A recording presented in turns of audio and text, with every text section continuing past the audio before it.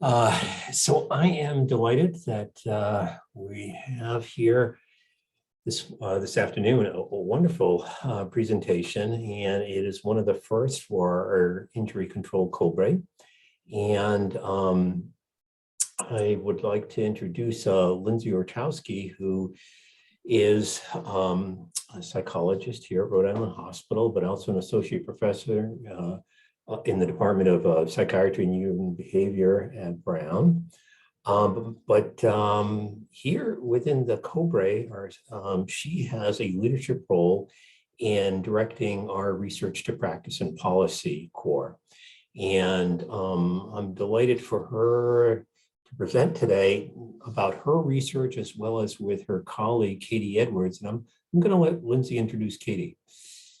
Thank you so much, Dr. Mello. I am delighted to introduce Dr. Katie Edwards, who is an associate professor at the University of Nebraska, Lincoln, where she directs the Interpersonal Violence Research Laboratory. And using a community-based participatory action research approach, Dr. Edwards seeks to answer two main questions in her work. First, how do we prevent sexual and related forms of violence? And second, how do we most effectively support survivors in the aftermath of violent victimization? So these topics addressed in Dr. Edwards' work are very much related to the work that we do in the injury control COBRE. Now, much of Dr. Edwards' work focuses on minoritized populations, specifically Native American and Indigenous youth and families, as well as LGBTQS+ youth and emerging adults. Dr. Edwards highly values community leadership in developing and evaluating strengths-based, affirming, and culturally grounded initiatives to prevent and respond to sexual and related forms of violence. And to date, she has published more than 185 peer-reviewed journal articles, and over the past 10 years has accrued over $22 million in funding for her research, predominantly from federal US agencies. She's truly a prolific researcher and practitioner and scholar, and I could not be more delighted to call her a colleague and welcome her to present to our group today. So Katie's going to lead off presenting the talk entitled What is Not in the Methods section, Lessons Learned from Conducting School-Based Interpersonal Violence Prevention Research. Take it away, Katie. Thank you. Well, thank you, Dr. Mello and Dr. Orchowski, for having me here today.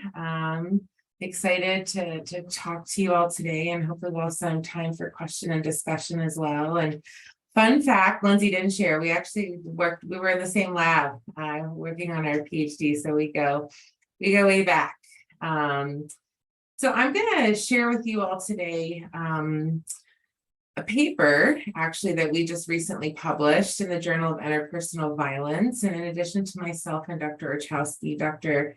Dorothy Espelage and Dr. Jeff Temple were co-authors on that. And they weren't able to make it today due to teaching and travel obligations, but they're co-authors on this work, and also very prolific scholars like Dr. Orchowski is in the field of violence prevention.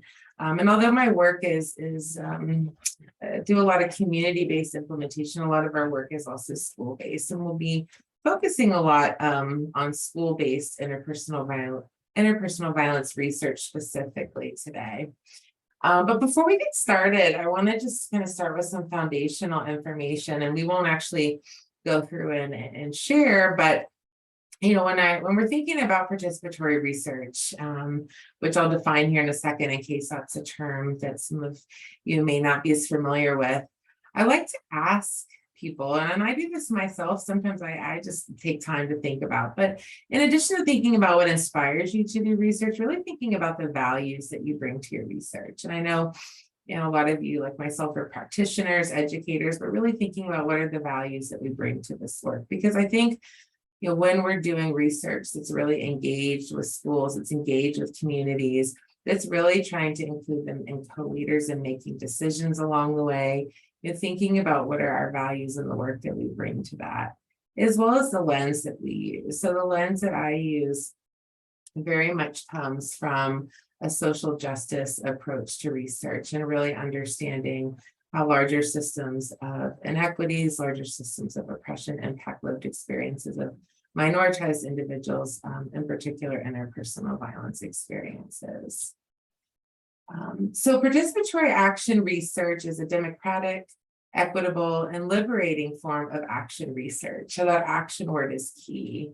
And it really is about authentic collaboration. Really at the core of participatory work are strong, trusting, and caring relationships with your community partners, your school partners. And it's really meant to be an equal partnership. And that's something that's really important. And I will say that in our participatory work, we find that our effects for our programming, our interventions are stronger than when we're not doing that type of approach. And really it's to bring about change within individuals, families, communities, but also broader social change. And it really acknowledges that concerns within a community are defined and solved by the community. So rather than as like an outside researcher coming in to a community and saying, here's what I think your issue is, here's how I think we should address it, it's really meant to emerge more from within. And even if you're part of communities, so for example, I do a lot of work with Indigenous communities. I'm not Indigenous, and I think participatory work is especially important there. But I do a lot of work with queer communities, and I myself am a queer person, but I acknowledge there's a lot of heterogeneity within the queer community, and so really making sure we're using these participatory approaches is really, really important. And really recognizing everyone in the process as both learners and facilitators of the research process. It's really interesting because I did not have formal training in participatory work, and I actually learned it from my community partners. I mean, that was really, I think, what really was really a shift in my entire trajectory of my research career. About 6-7 years ago, I landed a grant, long story, in South Dakota, R01, had never actually been to South Dakota until it got funded. And I think up until that point, at best, I was doing community engaged research, but I really wasn't doing participatory work. And I realized within a few hours of being there that I was going to have to completely shift the approach that I used in doing research to make this project a success. And it's really been an opportunity for me to learn from partners there about what it means to do true participatory work and doing it in a good and impactful way. So again, communities are engaged in all phases of the research. So in writing grants with community partners, with school partners, really from that conceptualization piece. And so a lot of what I do is in my partnerships, those are ones that tend to be, for many years. And so a lot of what I do is work with school partners, work with community partners, and knowing the types of things that they'd like funding to address, and kind of keeping an eye out for grants, looking for those grants, and then coming together with them to say, here's, what the CDC wants to fund, or here's what, the solicitation for the Department of Justice is, and let's have a conversation to see if some of the things that are important to you all are a good fit for this. And then all the way to dissemination. So working with them on disseminating findings to the communities, to the schools that you're working with, and then the scholarly dissemination, having them be partners in that as well. Again, those equitable relationships, collaboration, and shared purpose, commitment to diversity, equity, and inclusion, transparency, and trust, and having fun. I think participatory work is also a very fun process as well. So again, just thinking about kind of the continuum of participatory work, I think, some projects, and some of my projects are not fully like participatory. I mean, I have an R01 right now that's a survey-based study, and we have an advisory board. We get a lot of their input, we get a lot of their guidance, but I would say it's not participatory in the way that our intervention work is. Our intervention work is all deeply participatory. So really there's a continuum of ways in which you can think about how participatory research works. And so part of the reason, that I'm just kind of starting this whole talk off with participatory action research is because I think that's, in my experience, the best way to do research with schools. I have found that we have more impactful outcomes. The relationships last longer. It's, in my perspective, more meaningful. I, as a researcher and scholar, learn and grow more. And I think it's also really putting school leadership, school personnel, caregivers, and students really in leadership roles as well. And it helps a lot with that sustainability. So if participatory work is something that you're wanting to learn more about, I think certainly classes, readings, and trainings, partnering with other scholars that are doing participatory work, and also really having conversations with the communities you work with, the schools you work with, the populations you work with, to really listen. I think that's something I've also learned to do a lot more. I was a lot more listening and less talking, and I have actually found that we get a lot more work and a lot more impact that way. Okay, so now to our article. Like I said, this is published in Journal of Interpersonal Violence. And I'm going to just highlight some of the main points here, and then Lindsay is going to pick up as well. So Lindsay, I think, will you just cue me when it's your slide? I think I do the first few, is that right? Okay, awesome.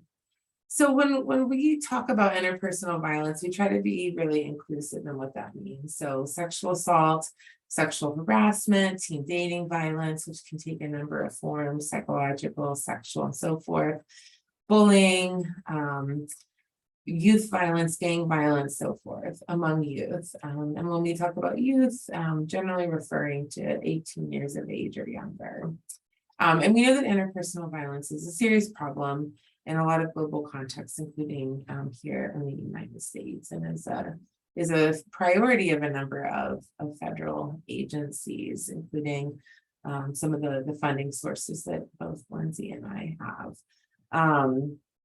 And also, we know that schools are natural settings for prevention of violence among youth. It's important that we go beyond schools. We know that out of school youth also need to benefit and can benefit from this work. But schools are a natural setting. Students spend a lot of time in schools, and it's a way to easily access students. So it's a really great setting for this type of work, but it's not without its challenges. And that's something that we'll be talking about today. And it's really interesting because you read these papers where they're doing school-based prevention, and you read the papers and you're like, wow, that went so well, but it's like the things that happen behind the scenes often don't make it into the method section. And that was something we really wanted to explore more in this paper. And again, this is coming from a group of scholars, action-oriented scholars, who collectively have had quite a bit of experience doing school-based prevention research. So in terms of, when you're starting off doing, research with schools, particularly, if it's a, this is even something I do. So even if it's a new area or a new district that I'm going to be working with or interested in working with, I try to do my research before. So I try to make sure that I'm going into the conversations with information. So for example, we just landed an R01 to do some work with a large school district in the Midwest in a large urban area. And I have a meeting with district leadership next week. And, I want to make sure that I'm going into that meeting knowing all of their policies for research. I also want to make sure that, like, more broadly, that I'm I really have a deep understanding of what are the things that are important to them in their district, what are their priorities, what are the strengths they have. This district has a pretty strong infrastructure for research, unlike some of the districts I work with that don't, especially in smaller rural areas. And so exploring on their website, what are some of the partnerships that they've had before, if they have those listed, asking around your university. This district in particular has a list of actual priorities, the things that they want to partner with researchers on. But again, you might be looking at districts that don't have that at all, and that's okay. But you can learn other things from Department of the State Department of Education, if it's like a tribal school, Bureau of Indian Education. Private schools often sometimes have these things posted as well. So really looking to see what are their priorities, what are the characteristics of the students, demographic characteristics, and so forth.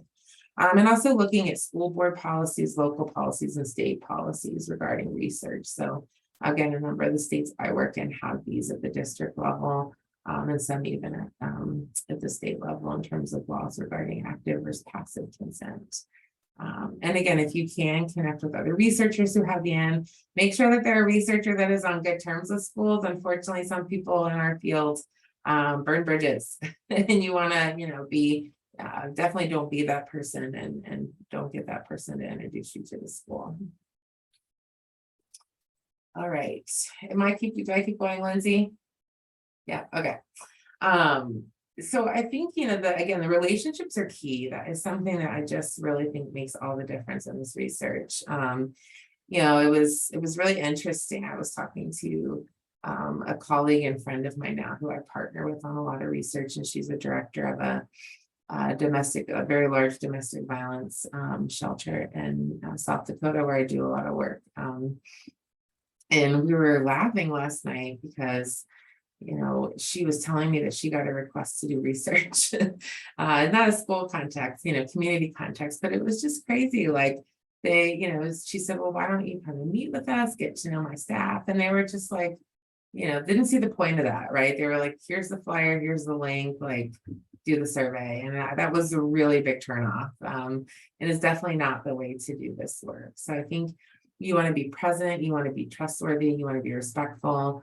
And I think too, not going in with your own agenda, not going in necessarily with, again, it's balancing like, your own priorities timeline. But I think the most successful work is when you're really trying to listen to their ideas and then finding ways to situate that into your larger program of research and funding priorities. And so I think about this really from a person first approach. I've also found too that in-person meetings for a lot of my partners are much more meaningful. They often will prefer those.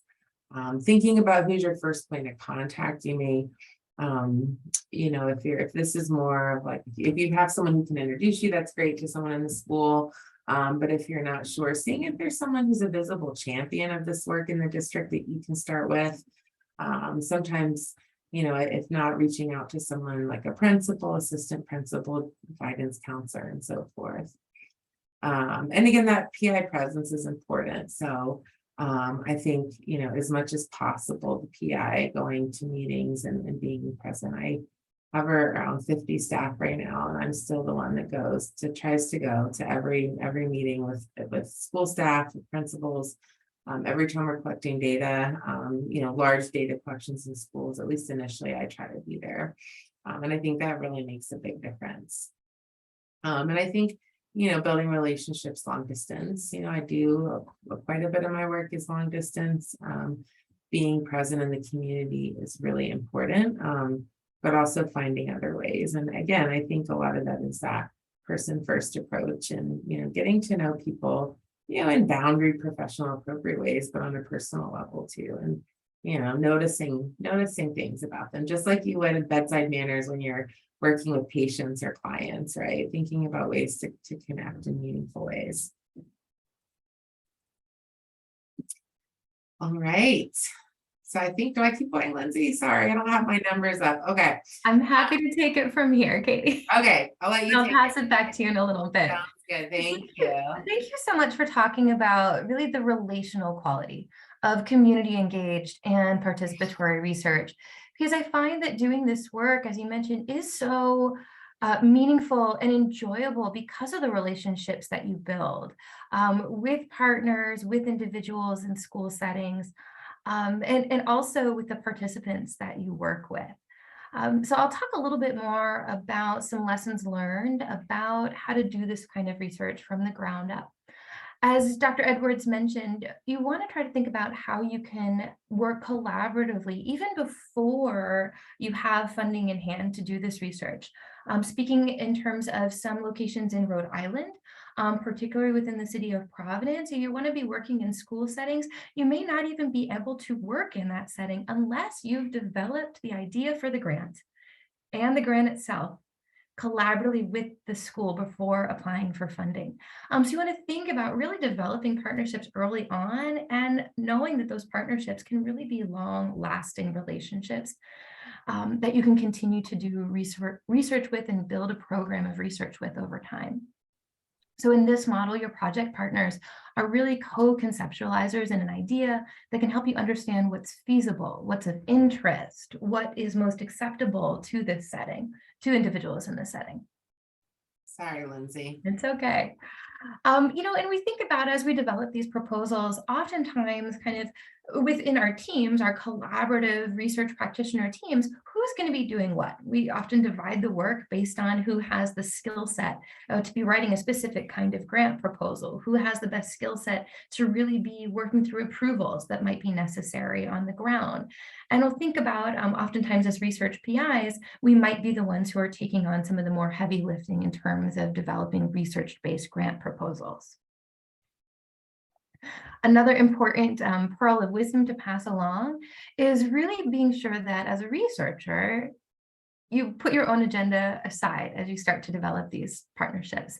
I think Katie and I can each tell some stories where we've kind of had to take our foot out of our mouth in conversations that we had, where we maybe kind of made some assumptions about what a community partner might be interested in or what we might be interested in for funding. But as we've worked through those partnerships, we find that the projects we develop collaboratively, where we put our agenda on the side, really turn out to be the most feasible, interesting, and valuable research opportunities. Now, another thing that often tends to help in terms of approval processes is working with your school partner to identify who is the best person within the local chain of command to make requests for approvals. Sometimes it may not be the community partner within an organization that you expect, but individuals within an organization or school can often know that information of who can put that request to administration for approvals. We found that this can really help with pushback to have that partnership when you're asking for any kind of approval. All right, next slide. Another thing to prepare for, unfortunately, is a bit of pushback, often in school settings, from both parents and caregivers. And what we've learned is to really embrace this pushback because it's feedback. It's feedback about what questions people have about your research, what concerns they have, what misunderstandings they might have in terms of understanding your research protocols or the significance of the work. So I found that taking a questioning attitude and a curious attitude to pushback really allows us to engage in it, lean into it, and take pushback really as a collaborative conversation to understand where people are coming from, what changes we might need to make in our research designs, and also what other strategy we might need to use in order to better educate the individuals in the community that we're working with about our research.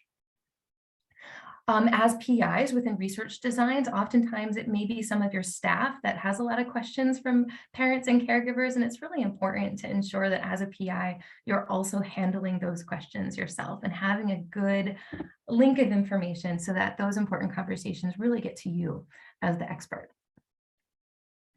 Another thing that can help, and Katie can certainly tell some more stories about how she's done this really creatively, is being able to link the rationale for the research into the personal, family, and cultural values of the community that you're working with.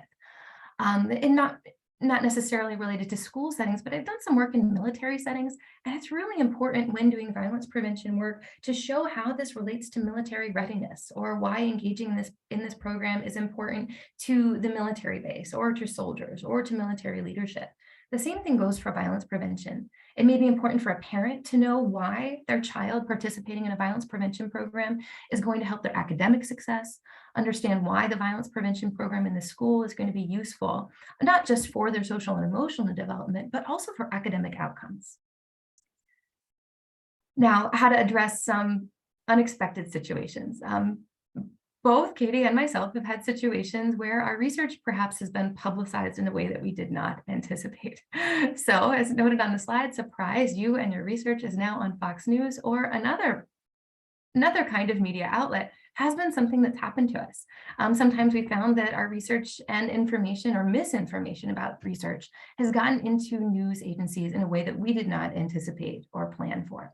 So really making sure that you have protocols in place in order to prepare to inform the community, and not just the teachers in the community, but the parents.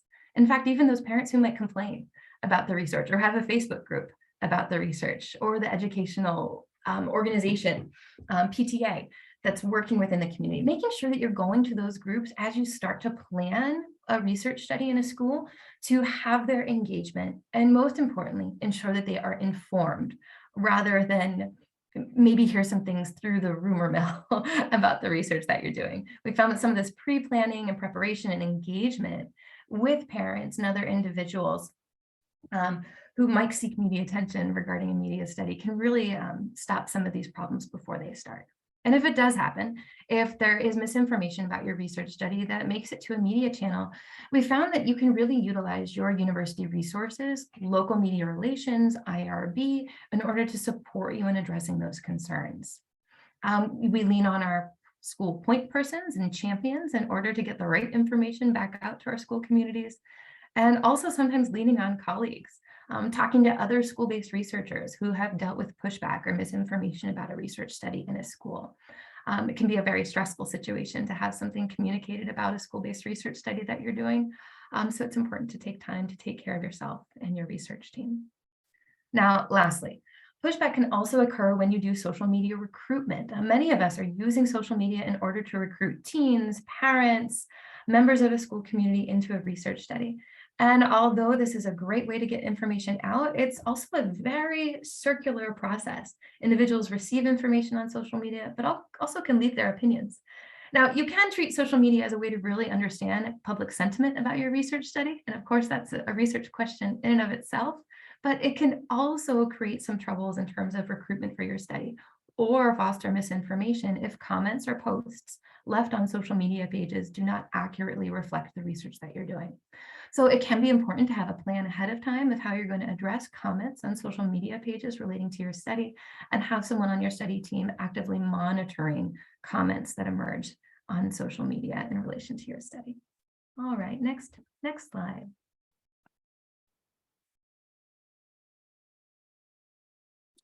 All right, so I will pick up here.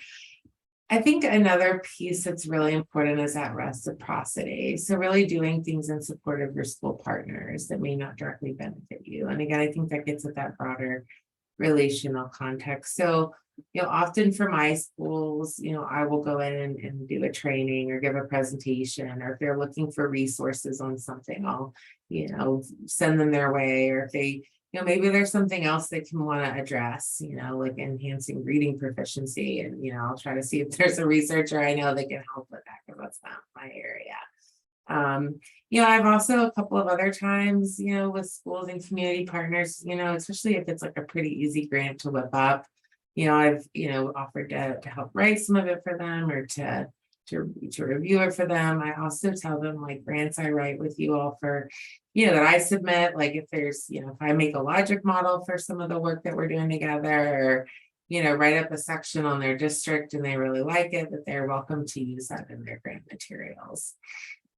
And I think this is important for all schools, but I have found that this is, particularly for the tribal communities I work with, this reciprocity is really important. Of course, you have to think about conflict of interest and professional ethics, dual roles. But I think there's ways that you can, do some of this work pro bono, have this reciprocity, have these, relationships that extend beyond just the specific grant that you're working on as well. I think this work, just in general, the reciprocity piece, but the participatory work with schools, it can be time consuming. And then I think, especially if you're adding added layers with certain, if you're working with tribal communities too, or, schools where there's additional, protocols and procedures, that it can be slow. It's not, it's not always the fastest way, to get your papers out there. And so, what I tell, pre-tenure, more junior faculty is, do this work because it's meaningful, but also have other projects that you have going on. If it's access to secondary data, or maybe you're writing another grant that's just straight survey data that's not quite as, program implementation evaluation. So I think, certainly talking to more senior people, mentors at your university, and in the positions you're in, to kind of find that balance. So all of our work within schools and communities, we have advisory boards. So groups of individuals who represent our target population, who partner with us from the beginning to the end. Again, we have a lot of continuity of projects in our schools and communities. So sometimes these are the same people, but we also try to give new people opportunities for leadership too. I think advisory boards are really critical to the success of this work. I can't imagine doing this work without them. I used to do them without them until I learned, really more about the importance and impact of participatory work. And our advisory boards, again, it's, within schools, we'll have youth, we'll have caregivers, we'll have teachers. We might even have, support staff, administrators, sometimes like organizations and agencies from outside the school that are highly related to the work we're doing or that are also connected to the schools are important too. And sometimes we'll do separate advisory boards for youth. We have found this sometimes with youth and adults. One, if it's a big district, it's just helpful to have a few smaller kind of boards that come together, but are also opportunities for kind of more breakouts, especially for youth. I think youth sometimes feel more comfortable having a voice within their own space. Again, I think even if it's not a formal board, working with school partners and stakeholders on getting ideas prior to the submission of a grant.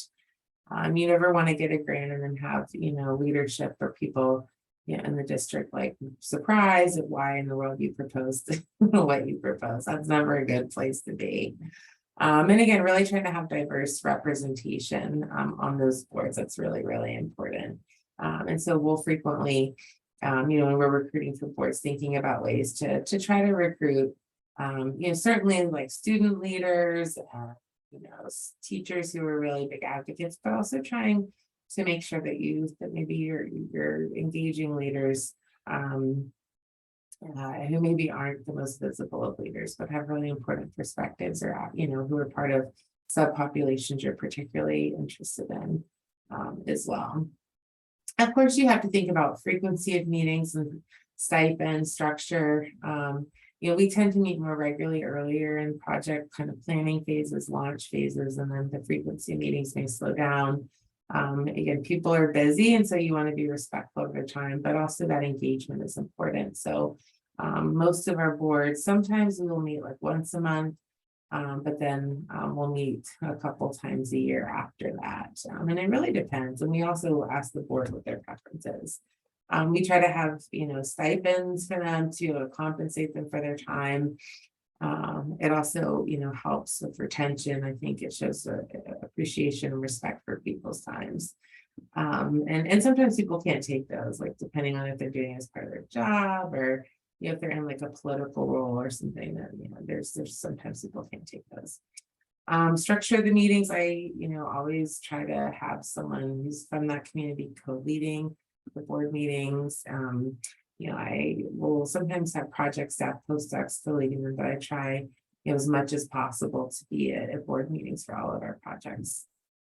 Thinking about decision-making processes, I think, there are, people ask me like, well, what if the community wants to just do something that's just so left field or not evidence-based? I've really never had that experience. I think, we have experiences where we have differing opinions or, sometimes they might suggest something and I'll say, well, here's kind of what the literature says, what do you think about that? And it's really more of this back and forth dialogue, but I've really never been in a position, where we've just had complete, like disagreements. And we have to make compromises. I mean, certainly in some of the more conservative communities where we're, we have to make compromises about what we can ask, how we can ask it on surveys and so forth.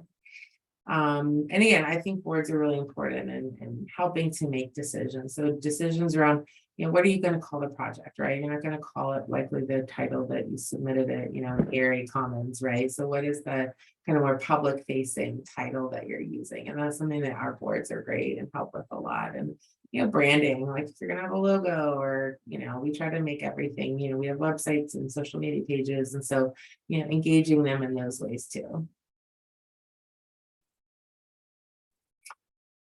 So in terms of thinking about recruitment, enrollment, retention, again, I try to be, as available as possible. Usually my project coordinators, postdocs are kind of the first, if there's kind of the first person to see the email, take the phone call. I do try to be present in as many, school events as I can, community events, football games, powwows, chili feeds, it kind of depends. But I usually have project coordinators and postdocs kind of be that first point of contact for phone calls, texts, things like that, emails. And then I do take the ones anytime it's media or a pissed off parent or anything like that. I usually take those. So I get the fun ones. I think it's really important always show gratitude and appreciation for the people supporting this work. Making sure that the people that are working with you, what is okay and not okay. So like, for example, if you have teachers that are helping pass out and collect consent forms, making sure they understand what is okay and not okay. We had a situation once where a teacher was offering like all this extra credit if they, turn their forms in. And we were just like, oh God, so we just want to make sure that we're, that it's really clear. And we, again, like totally appreciated and loved that enthusiasm and passion, but that was like a good lesson learned for us to make sure that we, talk to teachers and help them to understand why, like creating their own additional incentives for research participation, why that can be a problem or is a problem. We've learned too that sending our forms home in multiple ways helps. Sending them home with students, sending them home, putting them in enrollment packets, sending them home by mail, sending them, posting them on websites, really trying to saturate the community with those forms. It depends, of course, on if it's opt-in or opt-out consent, which a lot of the schools we work with are active consent states, although not all of them. And I've learned a lot from Lindsay also too about some really creative ways to have the consent forms. We also, we'll have recordings of them up on our websites and things like that for families and guardians to listen to. Our surveys, we make those available to parents. Sometimes that might be at the main office. I know some schools are okay with that. We tend to actually post them on websites because in some of our districts we get so many requests, and we just want to be really, just being really transparent. I don't think youth are actually looking or caring, but for some guardians, they want to see them.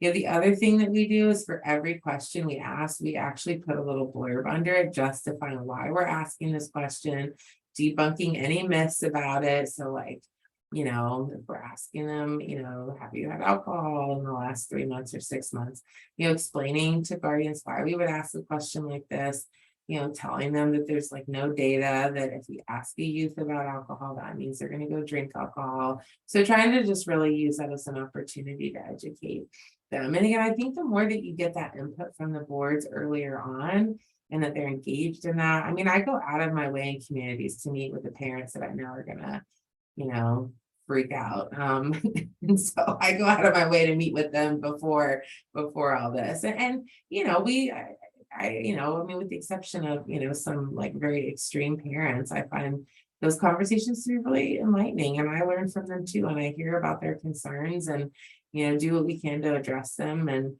again, I think that helps this part of the project go better when you've done that foundational work. Again, when you're doing the program implementation and evaluation, we try to have really diverse staff. We try to hire within the community as much as possible. This, for some of our smaller communities, this can be a little bit of an issue, like if their grandma's the data collector in the classroom, which we don't do, we'll put them in another room. But, we have to, think about that kind of complexity at times. But as much as we can, having people from within the communities, people who, youth, can identify with and so forth.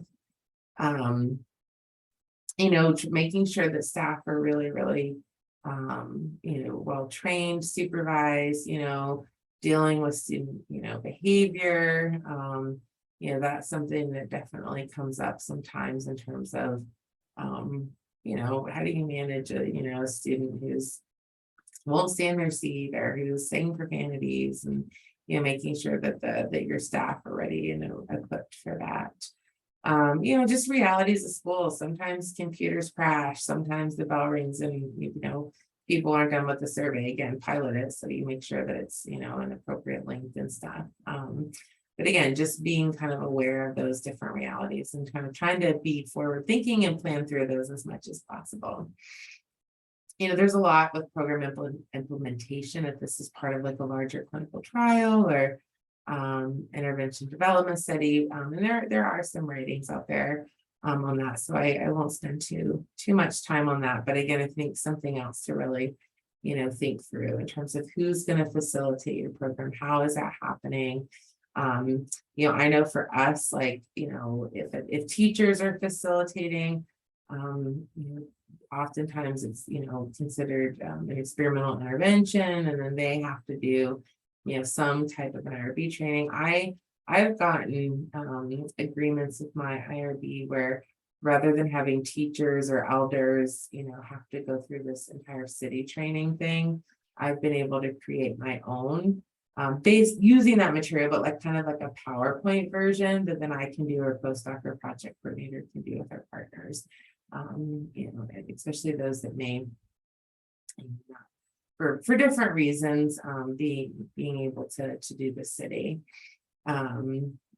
And I think too, particularly for junior investigators, definitely starting this work with a more senior seasoned investigator can be really helpful. I did not do that. And I think some of the challenges that we had in our first study might have been averted if that was an approach that I took, but it was not. So again, you want your school partners when you're disseminating findings to be, to be first to hear about what you find, right? You want to make sure that you're really meeting with administrators, meeting with your advisory boards, and then sharing them in ways that are meaningful. One-page handout, we'll often do some kind of an event to share findings. Making sure we're always highlighting the good news, sharing hard findings. If you find your intervention didn't work, or if you, find that there's really high rates within the school, like talking with the boards, talking with school personnel about how you're going to share those. We wouldn't want to hide those findings from your schools, but you want to make sure that you're sharing them, in a thoughtful and respectful way that doesn't lead to discouragement or wanting to not work with you anymore. And then again, you want to think about this before dissemination, but thinking about other district or school policies in terms of, do they want to be named, and it's anything publicly disseminated? Do they have policies around data sharing? So you want to make sure that those are things that prior to your grant, thinking about your data sharing plan and stuff like that. I mean, obviously you have to name your school and your grant application. I don't really know many ways around that piece, but you may have a school that doesn't want to be named, and anything kind of forward facing. And again, I think just that piece around sustaining partnerships, I think that the more that you can do this in ways with respect and kindness, enthusiasm, empowerment of your school partners, the more likely you are to see these partnerships last. I know for my participatory work, those partnerships have lasted longer than when I've done research that's not participatory. Having those conversations early on, I think, with a lot of the schools and community agencies I work with, we don't really see this as like a one-time project. That we really see this as more of a progression, right, of addressing these challenges together, finding solutions that work, sustaining them, and then being able to share that information with other communities. But the reality is sometimes partnerships just don't work out, and it's hard. And I think as much as possible, trying to really understand, why that happened, what maybe could you have done differently, and it's hard. I mean, I'm a very sensitive person. I internalize stuff a lot. And so, but I've had this happen. I've had it happen where sometimes partnerships just don't work. I would say in my experience, it's often when like the people that you're partnered with the closely, those champions, they leave, right? And I know in a lot of the schools I work in, there's just constant turnover. And so again, I think really trying to, plant your roots deeply can help. But again, sometimes partnerships just don't work out, or sometimes they'll pause. I mean, I've had that happen too, where you might go a couple months, a couple of years, and then those relationships resurface. So. All right, so just some final thoughts, expect some bumps. School-based research is super fun, it's exciting, but it's, it's kind of like, you don't know, you wake up each day and there may be a surprise or two in there. I think school-based research is in community-based work. I think participatory work in general, particularly when you're working in with minoritized populations and, historically oppressed communities, it's really hard work, but it's to me the most rewarding and the most meaningful. Making sure that you're centering your work and your school partners' voices and perspectives. I do this even directly in our grant applications, like even if it's not direct data, like here are the things they're seeing, here's what's important to them. And again, this work requires reciprocity, collaboration, thinking on your feet, negotiation and compromise, patience, grit, and for sure, if you don't have a good sense of humor, good luck. These are just some recommended readings. Also, all of this is published in the Journal of Interpersonal Violence, for those of you interested. There's my contact information, Dr. Orchowski's, Dr. Espelage, and Dr. Temple as well. And thank you. And I think we might have a few minutes, right, Lindsay, for questions, things like that. Thank you so much for this really excellent overview of community engaged and participatory research.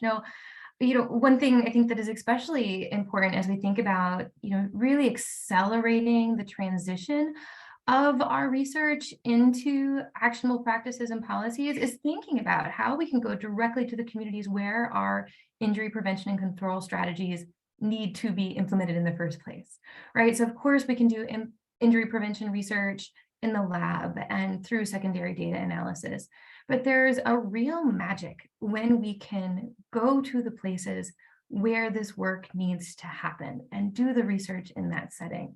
So I think this talk is really important for thinking about ways that violence prevention research and injury prevention research in general can perhaps be most impactful, is being able to address some of the barriers to doing research kind of in these settings where the prevention and intervention work needs to happen. And by addressing those challenges, perhaps we can have an even greater impact as a result. So thank you so much. And we can open up the floor for some questions. Stop my share so I can see. I have a question. Hi, I'm a postdoc at Brown, and I really loved this talk. I'm super interested in getting into violence prevention work. My research has been in child aggression, so more like bullying. I am curious about, this might just be a very simple question, but in terms of building those community-like partnerships, how are you doing this? Like, are you going to what does it actually look like, boots on the ground? How are you meeting people, or getting a sense of what parents are going to be difficult? What's getting involved in the community actually look like? Mm-hmm. Do you want me to start, Lindsay, or do you want to take it? I can give some general suggestions. Yeah. This is work that I had to start to do when I was here as a postdoc and as a resident in Rhode Island as well. I needed to start going to the agencies in the community that were doing this work, introducing myself, learning about the work that they were doing, and just having a lot of get to know you conversations about the work that was happening in the community, where the strengths were, where the gaps were. And that process did take a good time. This was not research that I was really able to get off the ground early on as a postdoc or early junior faculty, but I always knew it was something that was really important to me and would be exciting work to do. So I think one piece of advice would be thinking about kind of the long game in establishing partnerships. These rarely happen overnight, but sometimes they happen unexpectedly, where you've been meeting with an agency, meeting people in the community, going to even fundraising events. So our local violence prevention agencies for Rape Prevention Day One, Sojourner House, just to name a few, often have fundraising events that you can go to and meet people who are doing the work, which are great places to start. And sometimes, that might just result in a phone call or an email. Hey, we have this idea, can you help? And so an opportunity for collaboration might arise organically, or you've had these relationships that you've been developing by just getting to know people, and you have a research idea and you can really work collaboratively to bring it to fruition. Katie, what are some pieces of advice from you? Yeah, so I think, everything that you shared, I think, again, those school champions are really helpful, because you can be in communication with them. They usually have the pulse on the district. Go to school board meetings, you'll learn about the climate and the very vocal parents pretty quickly. I think, going to events, and I get time's, an issue, right? And there's only so much time in a day, but I think as much as you can have that presence, I hire, a lot, within the communities. So, I have, again, a lot of my work's in South Dakota, and we have, lots and lots of people on staff. We have 3 offices out there. So we have, people that are in that community, and I think when you're hiring, trying to make sure that you're going to have staff that are either known in the community or that are, that are going to mesh well with your school. And I think, another thing is just, even doing focus groups. Pretty much every study we start with some kind of focus groups, just to, especially if it's a new collaboration, that's so important, just to get general feedback on kind of the topic and, to really engage them in some of those conversations. And then of course, doing that informally at events and things like that. So.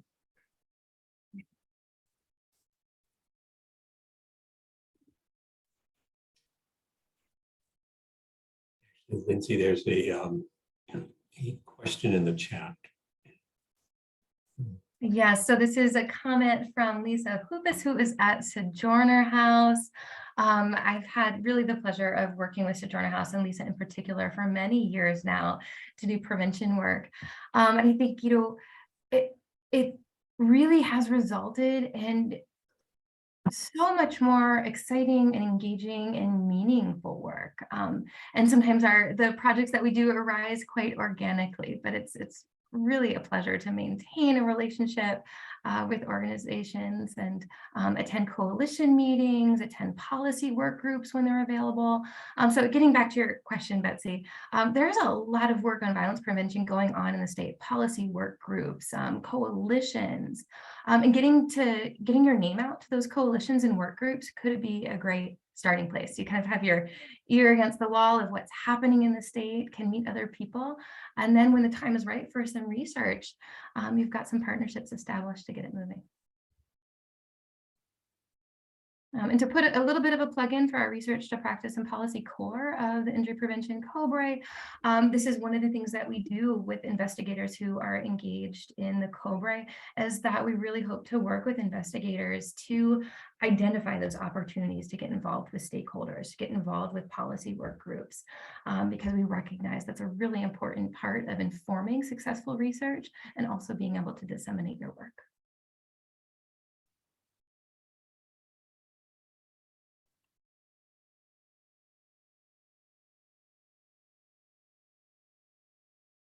Hi, I'm a research assistant, and actually, my name is Jamar. I'm a research assistant in the lab that Dr. Tamke is a postdoc at. I am really interested and I feel motivated about the idea of having community-led, community-based research.